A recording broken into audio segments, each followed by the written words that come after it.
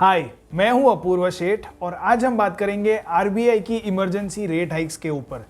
RBI governor Shaktikanta Das ने emergency rate hike करके सबको चौंका डाला है। मार्केट से लेकर के बोरोवर से लेकर के डिपॉजिटर तक हर किसी को चौंका डाला है। तो आज के इस वीडियो में हम आरबीआई की ये डिसीजन के पीछे का रीज़न देखेंगे, इसके क्या इम्प्लीकेशंस है on the LIC IPO, on markets and the most important person of all, the borrower. तो इन सब चीज़ों पे हम नज़र डालेंगे। तो चलिए आज का ये वीडियो शुरू करते हैं।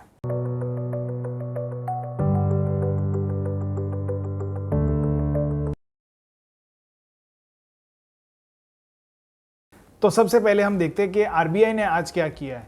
तो दिन के दौरान 10-11 बजे के आसपास एक न्यूज़ फ्लैश होती है कि आरबीआई गवर्नर दोपहर 2 बजे एक मीटिंग करने वाले हैं, वीडियो कॉन्फ्रेंस होगी और इस न्यूज़ में क्या आने वाला है ये किसी को तो पता नहीं होता। लेकिन जैसे ही ये 2 बजे की इनकी मीट शुरू होती है, ये बोलते हैं कि हमने एक ऑफ साइकिल मीटिंग की 2 मई और 4 मई को, और इस मीटिंग में यूनानिमसली ये डिसीजन हुआ है कि जो रेपो रेट है उसे 4% से बढ़ा करके 4.4% तक लेके जा रहे हैं, और कैश रिजर्व रेशियो जो है जिसे CRR कहते हैं उसे 50 बेसिस पॉइंट्स तक बढ़ा करके 4.5% तक लेके जा रहे हैं। तो ये मेजर अनाउंसमेंट्स थी जो आरबीआई ने आज की। अब आरबीआई के गवर्नर शक्तिकांत दास जी ने क्या कहा, इस रेट हाइक के पीछे की रीजंस क्या है, तो कुल मिलाकर के 4 से 5 रीजंस इन्होंने बताई है। इसमें सबसे पहली रीज़न है कि global food prices are beginning to pinch India. तो हमने देखा है कि रशिया और यूक्रेन में जो वॉर चल रही है उसकी वजह से सनफ्लावर ऑयल की सप्लाई बहुत कम हो गई है। इसके बाद ग्लोबली जो पाम ऑयल प्राइसेस है उसके भी प्राइसेस बढ़ने लगे, क्योंकि इंडोनेशिया जो कि सबसे बड़ा सप्लायर है उसने एक्सपोर्ट्स पर बैन लगा दिया। तो India being such a large economy जिसमें जो एडिबल ऑयल है उसका बहुत ही ज़्यादा इम्पोर्टेंस है, तो एडिबल ऑयल के प्राइसेस हमें डायरेक्टली हर एक चीज़ में, साबुन से लेकर के बिस्किट से लेकर के हर एक चीज़ में ये अफेक्ट करते हैं। तो ये सबसे बड़ा एक पिंचिंग फैक्टर था। इसके अलावा इन्होंने कहा कि high feed costs are also resulting into elevated poultry and dairy products. तो जो दिन ब दिन यूज़ होने वाली आइटम्स होती है उसके प्राइसेस भी बढ़ रहे थे। और last but not the least is crude oil. तो क्रूड ऑयल लगातार $100 के ऊपर रह रहा है, और क्रूड ऑयल एक ऐसी कमोडिटी है जो कि हर एक चीज़ को अफेक्ट करती है।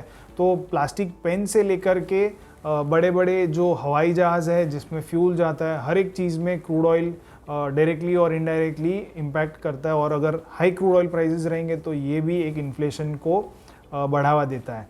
तो इसी की वजह से जो मार्च का जो इन्फ्लेशन फिगर आया है दैट वाज 6.95।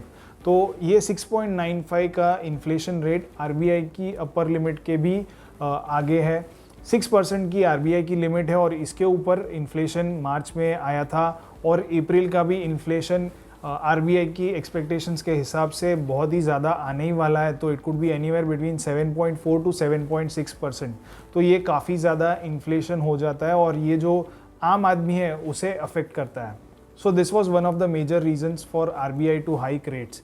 अब इसके अलावा भी बहुत सारी रीजन्स है, जैसे कि FIIs have been continuously selling for almost a year. तो लगभग मार्च 2021 से FIIs कंटिन्यूसली सेलिंग मोड में है। तो 2021 में FIIs ने लगभग 92,729 करोड़ की इक्विटी मार्केट्स में सेलिंग की है। 2022 में अब तक 1,72,853 करोड़ की सेलिंग FIIs ने की है। अब इनकी सेलिंग की वजह से जो हमारा रुपी है उस पर भी काफ़ी अच्छा खासा दबाव पड़ रहा है। तो rupee is trading near an all time low right now. अब इन सब की वजह से हमारे फॉरेक्स रिजर्व पर भी काफ़ी दबाव पड़ रहा है। तो हमारा फॉरेक्स रिजर्व सितंबर 2021 में $640 बिलियन के ऑल टाइम हाई को टच कर गया था, वो गिर के आ गया है लगभग $600 बिलियन के करीब। So these were some of the major reasons why RBI decided to hike interest rates. अब बात करते हैं व्हाई नाउ के ऊपर। आरबीआई ने आज ही का दिन या फिर अभी क्यों डिसाइड किया कि उन्हें रेट हाइक्स करनी है। सो आरबीआई जैसे ही अप्रैल का महीना ख़त्म हुआ तो आरबीआई को एक रफ अंदाज़ा तो आ ही गया है कि इन्फ्लेशन अप्रैल का क्या रहने वाला है। So instead of waiting for the next policy meet, RBI ने डिसाइड किया कि हम ये रेट हाइक अभी तुरंत ही कर लेते हैं। इसके अलावा यूएस फेड की भी आज मॉनेटरी पॉलिसी कमेटी की मीटिंग है और इसमें भी रेट हाइक्स एक्सपेक्टेड है। सो यूएस ने तो काफ़ी हफ्तों पहले रेट हाइक्स शुरू कर दी थी and today also it is expected कि यूएस फेड 50 बेसिस पॉइंट्स तक रेट हाइक करेंगे।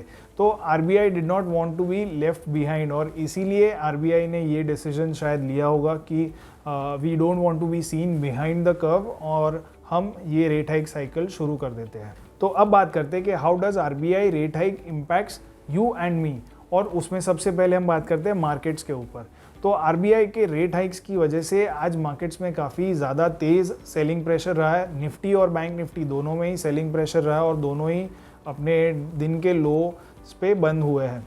तो अगर हम निफ्टी के चार्ट पे नज़र डालें तो निफ्टी, जैसे कि मैंने अपने पिछले कुछ वीडियोस में बताया था कि बहुत समय से एक ब्रॉड रेंज में रही है। तो निफ्टी हैज़ टॉप अराउंड 18,600 जो कि लगभग सितंबर 2021 में बना था, और बॉटम जो बना था वो मार्च 2022 के करीब बना था विच वॉज अराउंड 15,600।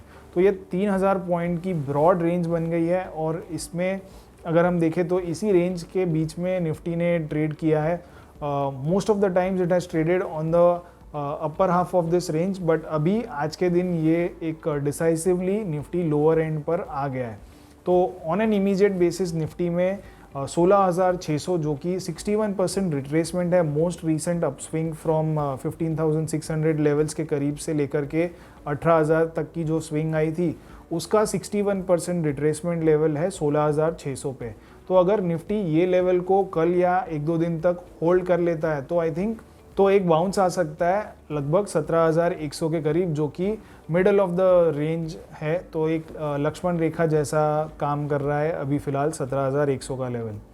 और अगर ये निफ्टी ब्रेक कर देता है 16,600 के लेवल को ब्रेक कर देता है तो the downside could be even more, और लोअर एंड पे 15,600 तक का जो लोअर साइड का रेंज है वो एक टारगेट बन सकता है।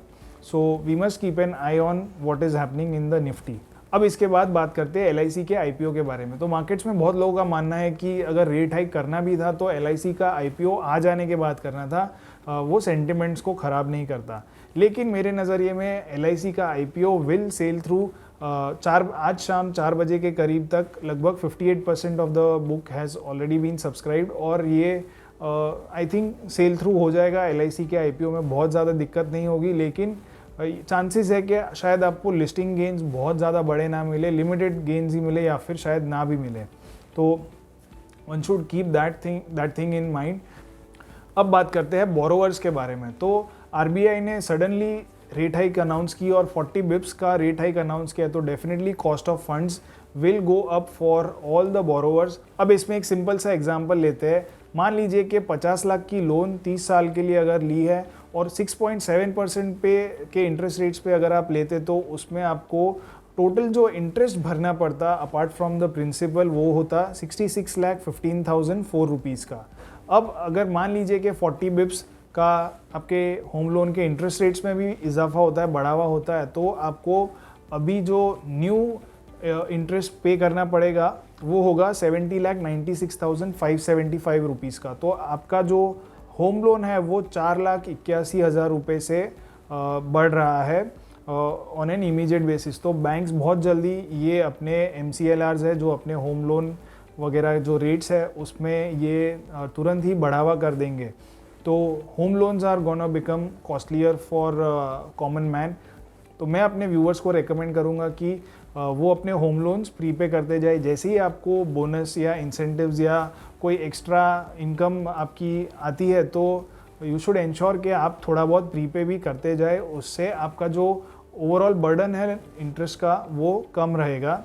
एंड फ्यूचर में मैं एक्सपेक्ट कर रहा हूँ कि लगभग 2% के करीब का आप रेट हाइक्स एक्सपेक्ट कर सकते हैं। तो आरबीआई का रेपो रेट 4% के करीब पहुँच गया था which was the lowest level in 20-30 years. तो ये बढ़ के जा सकता है 6% तक। तो there is still a lot of scope for upside in the interest rates. तो आप जितनी जल्दी हो सके उतना प्रीपे करते जाइए ताकि आपके ओवरऑल इंटरेस्ट बर्डन कम रहे और आपको EMIs भी कम भरनी पड़े। So this is one tip for the home loan borrowers. Last but not the least is the depositor. तो फाइनली डिपॉजिटर के लिए एक गुड न्यूज़ आ गई है।